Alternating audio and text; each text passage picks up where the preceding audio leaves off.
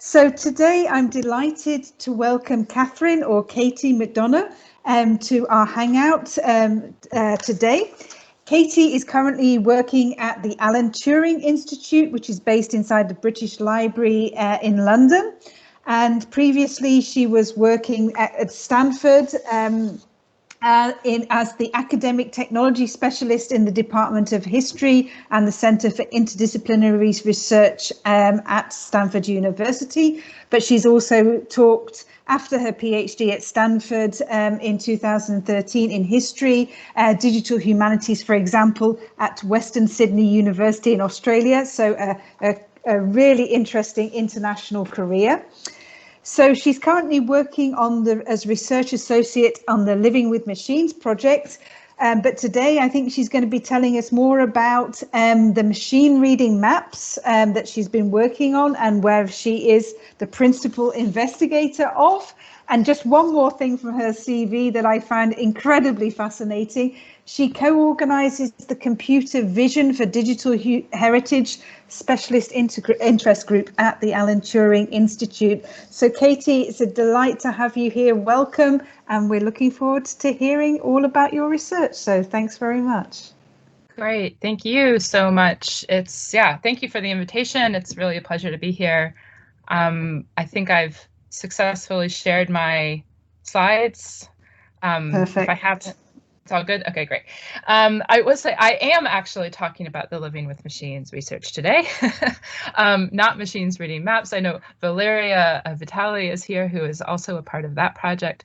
Machines reading maps is very much a spin-off of the work we've been doing in Living with Machines, as you might gather from the name, our inspiration. But yeah, today I'm going to be talking about using computer vision to analyze industrialization in the long 19th century in Britain. And while I'm presenting alone today, this is a very collaborative project, and I'll be mentioning people throughout the project, and in a second you'll get some snapshots of the whole team. Great.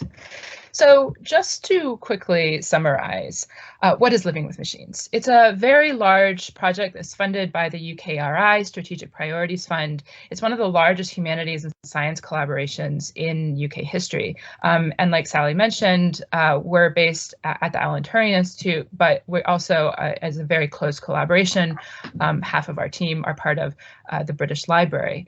And what we're really doing is we're a group of very, very disparate disciplinary backgrounds that have come together to work with digitized collections from the 19th century using computational methods. All right, so here you can see most of the team, and many of these people are involved in the MAPS research. There'll be a specific acknowledgements of the MAPS team at the end of the presentation. Our PI is Ruth Honert, and it goes without saying that we're extremely grateful for her support of this work. All right, so today, this is the outline of what I'm going to be covering. First, I'm going to talk through really how we're interacting with maps as historical collections, understanding their provenance, their collection history, and really using that as a foundation for thinking about what we can do with them to answer research questions. Second, our method for using maps as data in this research scenario. And third, some of the examples of how we're interpreting the results of that method of working with maps at scale. So I'm going to dive right in. Normally, this is a part of the presentation that my colleague Olivia Vane would give, and she is, as you can see here, a visualization specialist. And what we really were wanting to achieve here was using visualization as a way to understand the history of these collections. Now, what we're working primarily with are maps that have been scanned at the National Library of Scotland. They have a really important Ordnance Survey map collection, which is our principal source at the moment. And they have these at multiple scales and in multiple editions. And here in this visualization, you see the way that Olivia has used both the images of the maps that have been scanned, accessed here via a tile server, as well as the metadata. And this is a really essential point, that the National Library of Scotland has been able to catalog their OS collection at sheet level, right? So at item level. And this is such a rare thing for very, very large series map collections. And it's really the metadata at sheet level, which gives us information like the date that a sheet was surveyed and the date that it was printed, the name of the sheet, different kind of identifiers for the sheet. Having all this metadata is what really enables computational research with this collection. And so here, what you're actually looking at is the survey date of these sheets in time. And when the map sheet appears in red, that's its kind of arrival on the scene, right? The date at which the sheet is surveyed. From about 1888, when the first sheets of the 6-inch to the mile second edition were surveyed, up to the eve of the First World War. And so what's important here is understanding the really important temporal complexity of this collection. Sometimes it's tempting to think of even something like the OS maps as, oh, well, the second edition, those were all created at the same time. But in fact, they're created over multiple decades. And so when we then interpret the content of those sheets, we have to be very, very specific about how we can work with information that comes from different years. It's not a static snapshot. All right. And so the other thing that we can do is really understand the history of the collections. You can see here the way that we can sort of plot out the 1-inch to the mile, 6-inch to the mile, and 25 inches to 1 mile editions over time. And so you see here the time is the vertical axis, and the different editions and scales are the horizontal axis. And so this is really crucial because collections don't contain every map sheet that the OS ever made. And so we have to understand what exists in the collection, what has been digitized in that collection, and that might inform future digitization campaigns, as well as sort of guiding the scope of the research questions that we can ask. All right, so now that we have got a sense of the collection of these Ordnance Survey maps from Britain in the 19th century, we can think about how do we work with these maps. When you saw the 6-inch maps, you saw there's about 15,000 sheets. When you get up to the 25-inch to 1 mile, there's about 50,000 sheets per edition. That's a lot of maps. And so you really need a method that allows you to look and read those maps. That's quite different from the experience we have here. On the left, you can see an image of the maps reading room at the British Library, which I cannot wait to get back into. It's reopened now, and so we work with those one map at a time, a few maps at a time, and that's a very intensive, close reading experience of working with historical maps. And more recently, platforms like the NLS map browser have enabled researchers and really any user to browse sheets. So you can go from that close reading experience in the reading room of looking at 1 or 2 sheets at a time to an experience of browsing in this virtual reading room where you can really see the scope of all of those maps. But what you can't do in that platform, and it's because it wasn't designed for this, it's not a flaw, is really analyze those in a computational manner. And so what we're trying to do is think about how we can use maps as data in a way that attends to the collection history and the other kinds of information about design and provenance and really the social practices of mapping that inform what we can do with those maps computationally. And so we really were excited to turn to computer vision as an opportunity for understanding how historical OS maps can allow us to see the ways that Victorians were representing the British landscape. So these computer vision methods allow us to generate data sets based on 19th century choices made by the surveyors and directors of the OS. But again, to just reemphasize, one of the really core questions that sets us apart from some of the other research and other disciplines that is using computer vision and historical maps is acknowledging that maps are not a ground truth. The maps are not the landscape. We've heard that many times. And so how do we design a computer vision method that doesn't objectify, so to speak, the content, the visual content that is on a map? And so just to take a step back and thinking about computer vision, it's really sort of a boring computer vision task that we've chosen. This is a very old historical computer vision task that we're working with, and this is image classification. So the top left-hand example of a CV task, whereas instance segmentation in the bottom right-hand corner would be a more sophisticated computer vision task. And one of the things that sort of led us to make a decision to do a classification task was really that we wanted to focus on enabling humanities researchers to work with images in a flexible way, rather than creating a model that was really refined to find one specific kind of content in a map. And so I'll give you an example of how this worked. The second thing we did was we didn't want to just do an image classification of an entire map sheet. We wanted to work with segments of the map sheet. And this is a fairly common thing to do in image processing, is to break up an image into what are called patches. And you can see here an example of a patch in its context on the map. And so this is very common in medical imaging, for example, identifying cancerous cells in scans, for example. And so how do we take this idea of working with patches, of classifying the content of a patch so that it's really suited for humanistic inquiry? The really sort of crucial point here is that the practice of using patches really allows us not to extract information, to mine information from a map, but to kind of have a very well, I call it a humanistic approach to thinking about the context, the content in context. So it's a contextual reading of the map. And here you can see we've zoomed in on a few streets of terrace housing. And, you know, this would be an opportunity for, we've done a building label task, but you could think about what are the different ways that I would want to label this information. This can be very, very concrete. There are buildings here, and that's what we've done.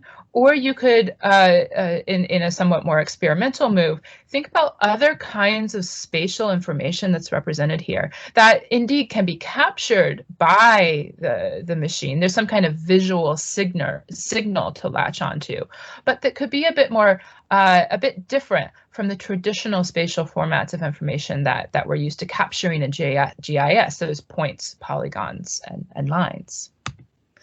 So just to focus in a bit on this issue of patches and labeling patches. So this is, you know, what are we classifying? We have to pick a label to use to classify the patches, which we then go on to use a computer vision algorithm to predict the presence of those labels in patches across the entire corpus of maps.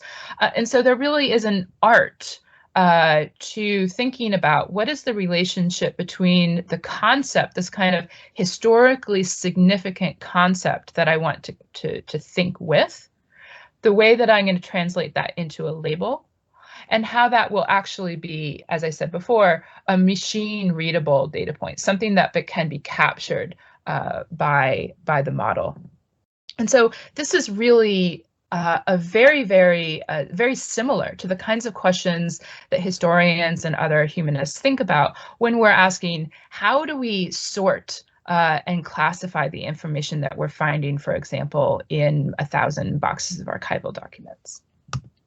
All right, so we're very excited that we published our first paper on this patchwork method, as we call it, just recently in the Journal of Victorian Culture.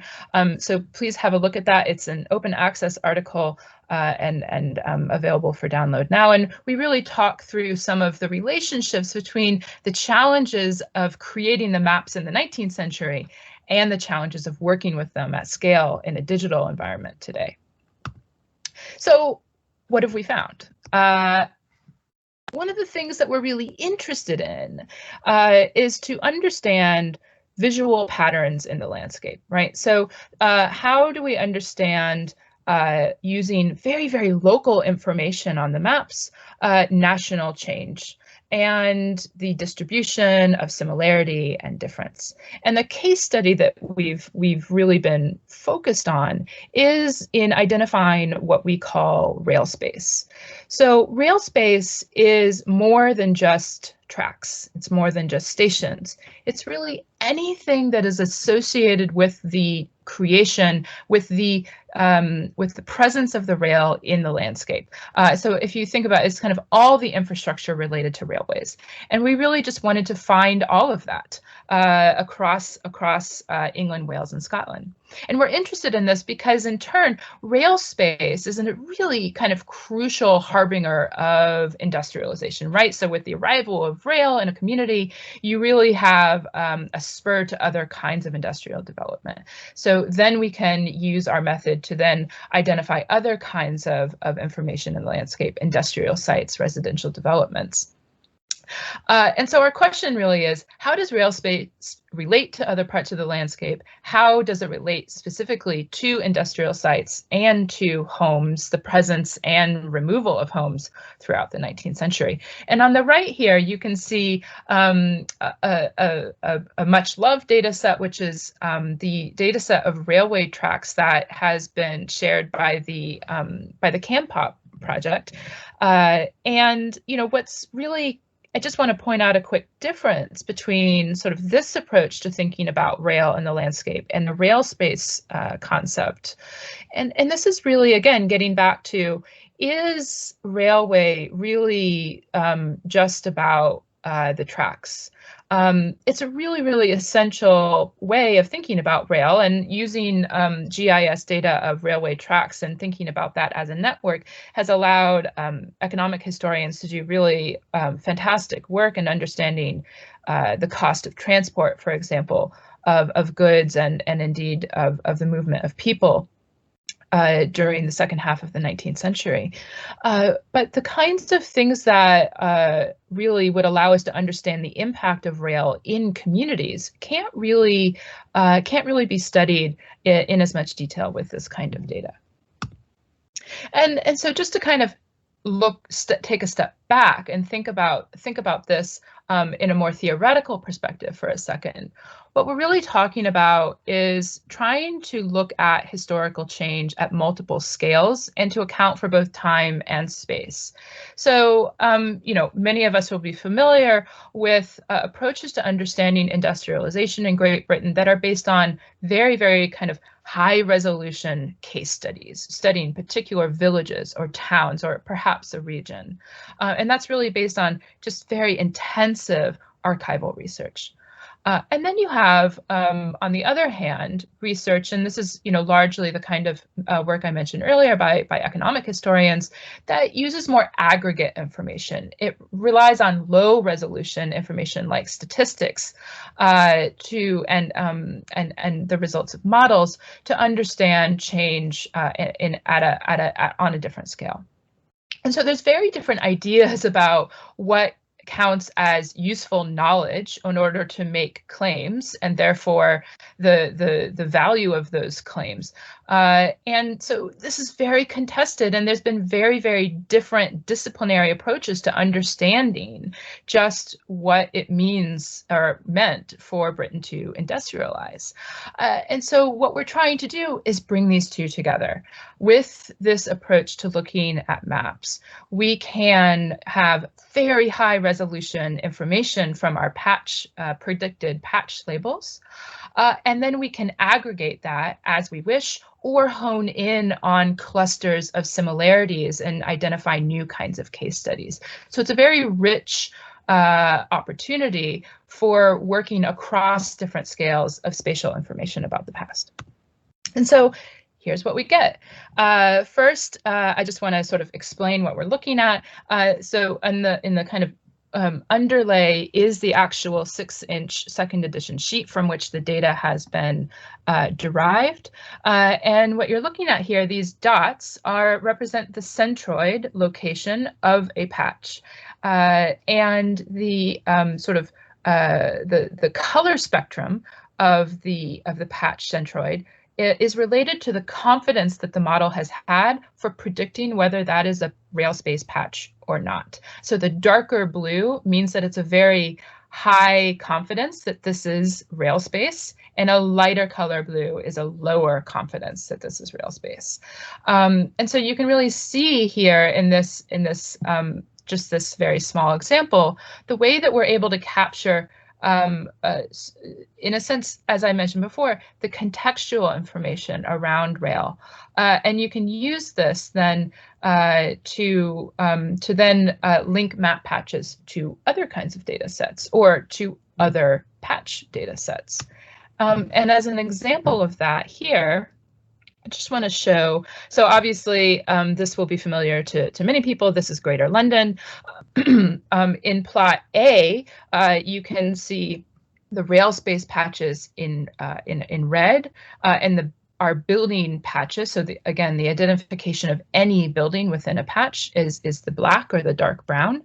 And the detail just above plot A shows, again, the rail space in red and the building in that kind of transparent gray black color. But plots B and C are actually very exciting because this is allowing us to work both with the rail and the building patches together. So plot B, you can see with the distance scale at the bottom, the blue means that if you see a blue color, that the building patch is very close to a rail space patch. And if it gets darker, the orange and the red, then it's farther away from a rail space patch. Plot C is very similar, and yet we've added in an external data set that we've created in Living with Machines, which is of historical railway stations. And these are just contrasting with all of rail space to distance from just a station.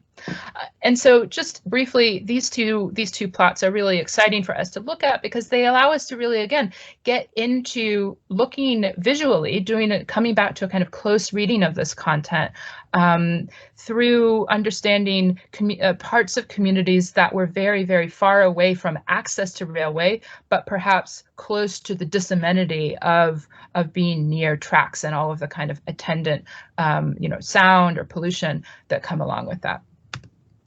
So I'm going to wrap things up there and just highlight that there are many people who have worked on this work, and I especially want to mention my colleague Kazra Hosseini is a data scientist at the Turing, who is the main builder of our pipeline, which we've just named this week MapReader, as well as Daniel Wilson, who's another historian on the project, Casper Bielan, a digital humanist, and Olivia Vane, who I mentioned earlier. And with that, I'll just say thank you, and I'm excited to answer questions.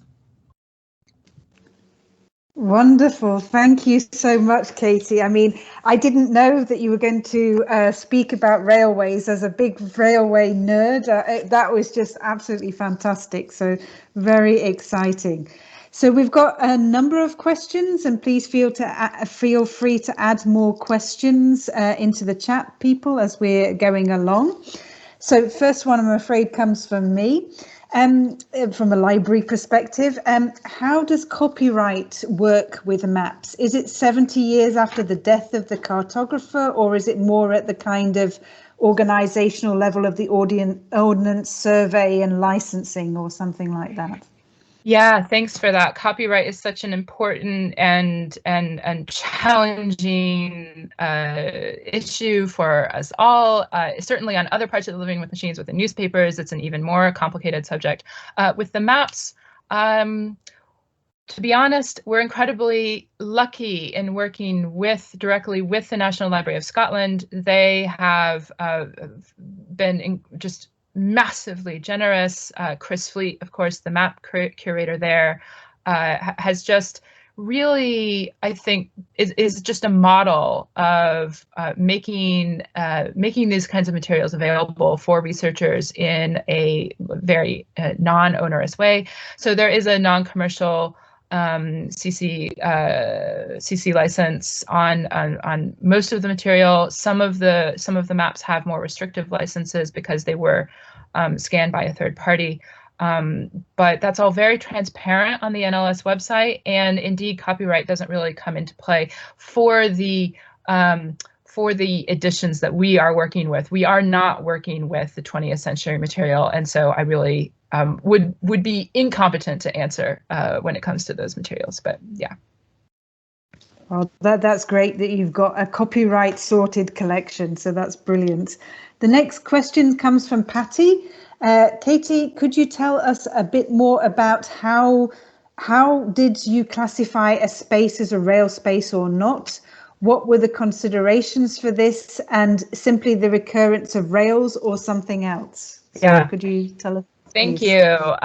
Yeah, as I mean, I tried to highlight, the annotation practice is so central to this method.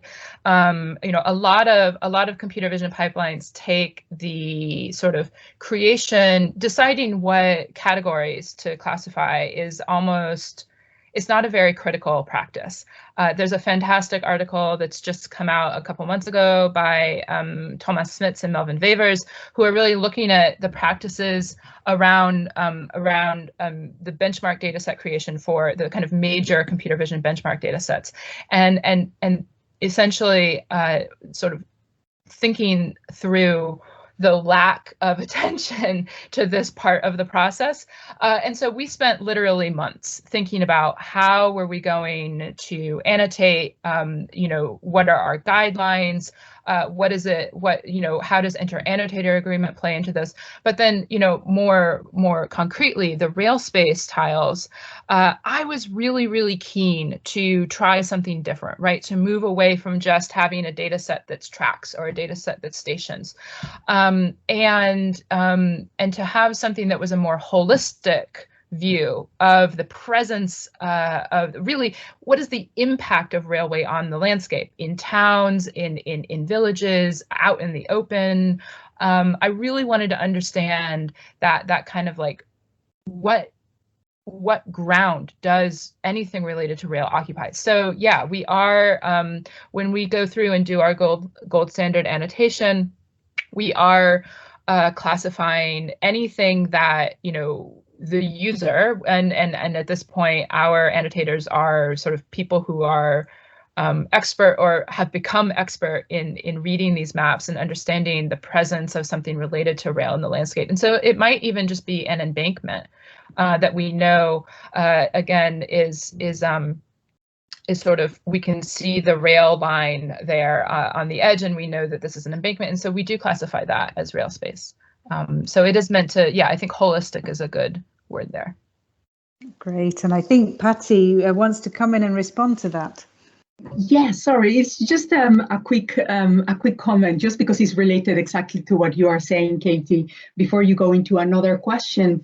I was wondering then, how much, for instance, the creation or the adoption, for instance, of ontologies would be actually essential for this kind of process.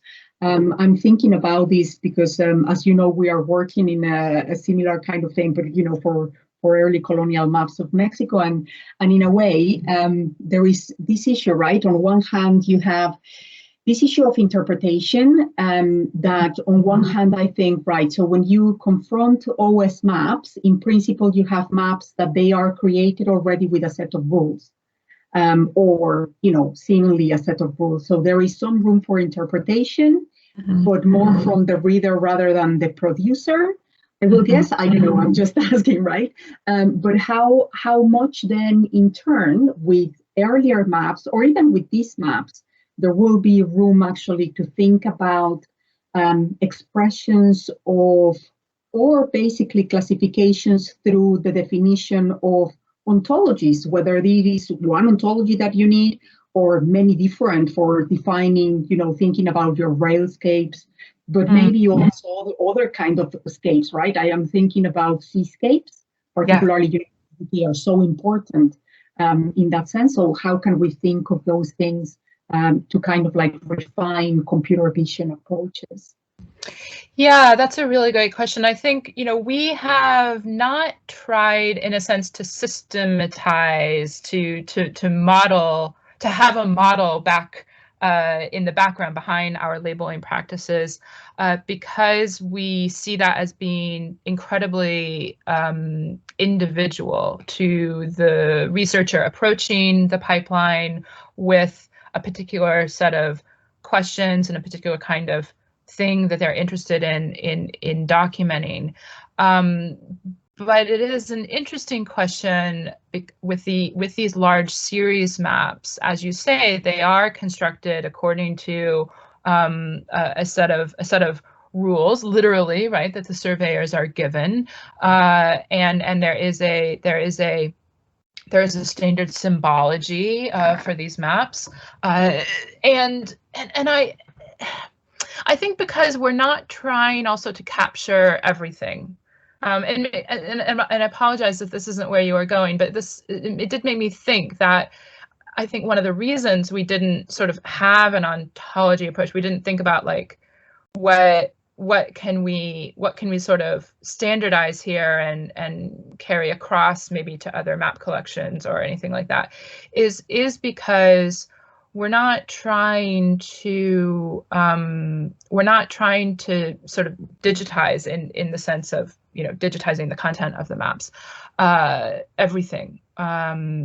It's not a total capture of the map. It's a very, very specific kind of contextual reading of information that you might change your mind about. And so the other point to make here is we really wanted the pipeline to be something that someone who is not a programmer can, yes, you want to have some facility with Jupyter notebooks. Basically, the pipeline exists as a set of components that all run in Jupyter notebooks. Your maps need to be a certain kind of format to be input.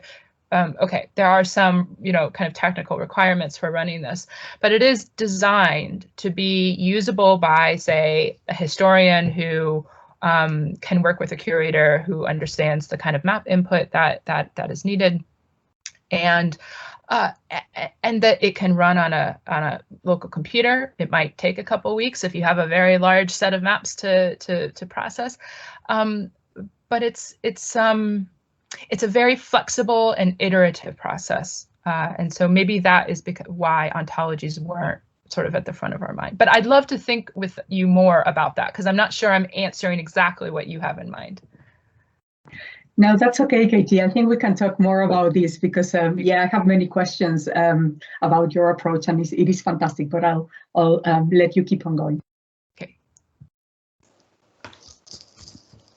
Brilliant. I think there is, so a question from Catherine to Katie. So following on from Patty's question, are there any stylistic changes over time on these maps that might confuse the machine?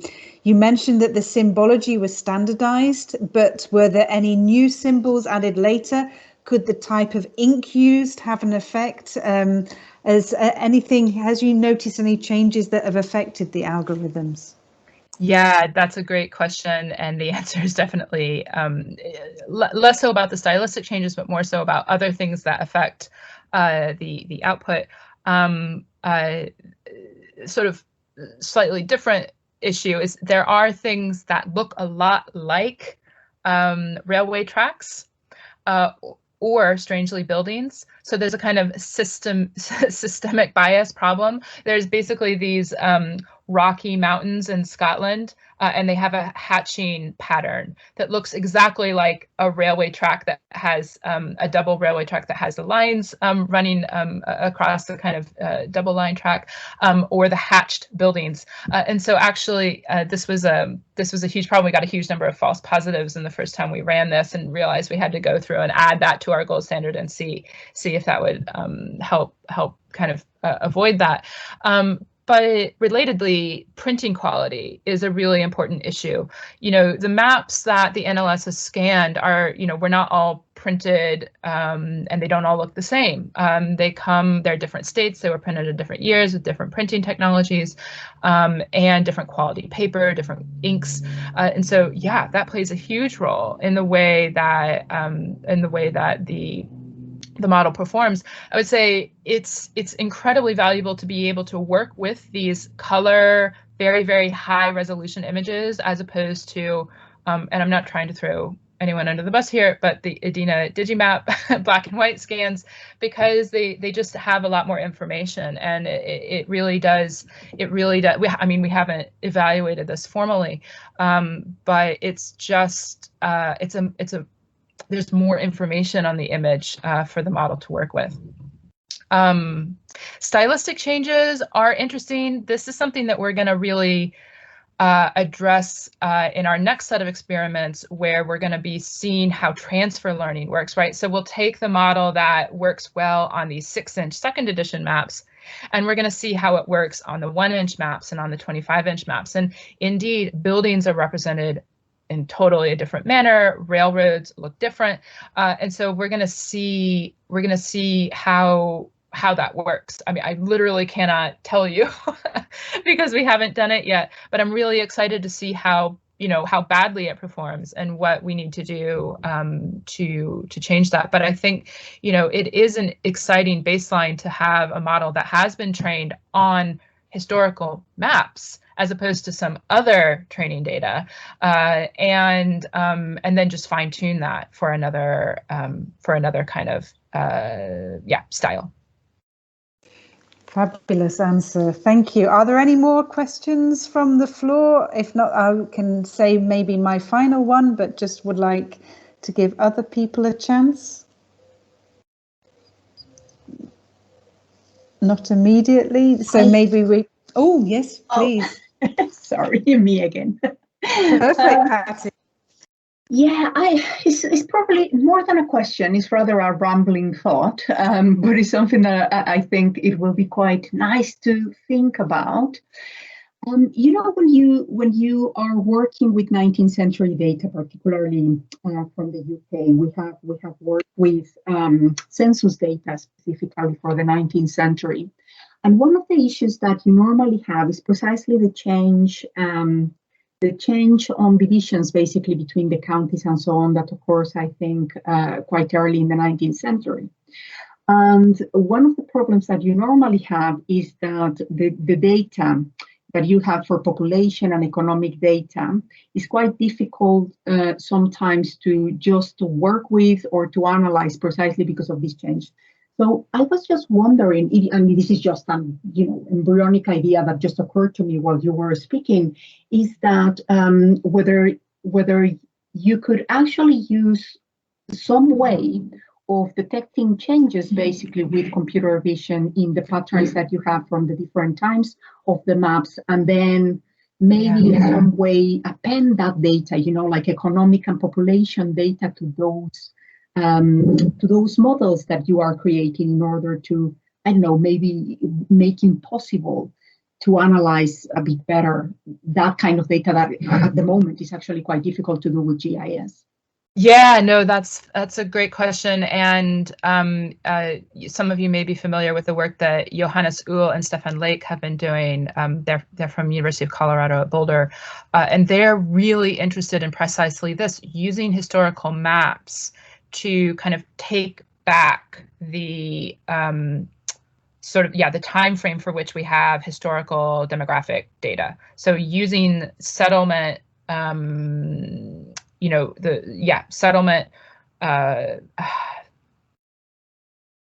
settlements on maps, the representation of settlements on maps as a proxy, right, as a way to estimate population, and that's really interesting work.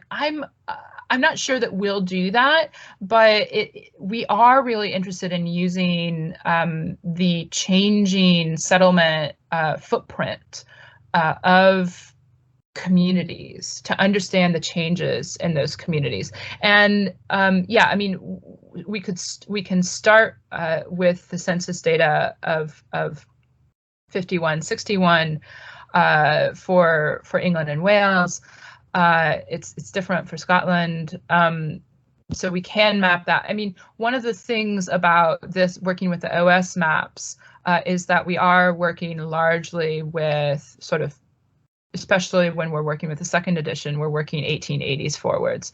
When we add in the first edition, which we'll be doing, we can get back to the 1840s, and then if you add in the old series, then you can get back to the beginning of the century, really, but with less detail. So in a way, it's similar to the problem with the microcensus data, that you have better, more detailed information the later you get in the century, and it's captured in a more systematic manner from sheet to sheet or from census to census. So it is a problem. But yeah, this issue of using the maps to approximate historical population is definitely something that other people have thought of and are doing really cool work on. Great, and Patty says in the chat that they have a lot of histpop data if you need it at some point, so just get in touch. Thank you. So that's great to know. So any final questions? We're actually coming to time now, so any final questions for Katie?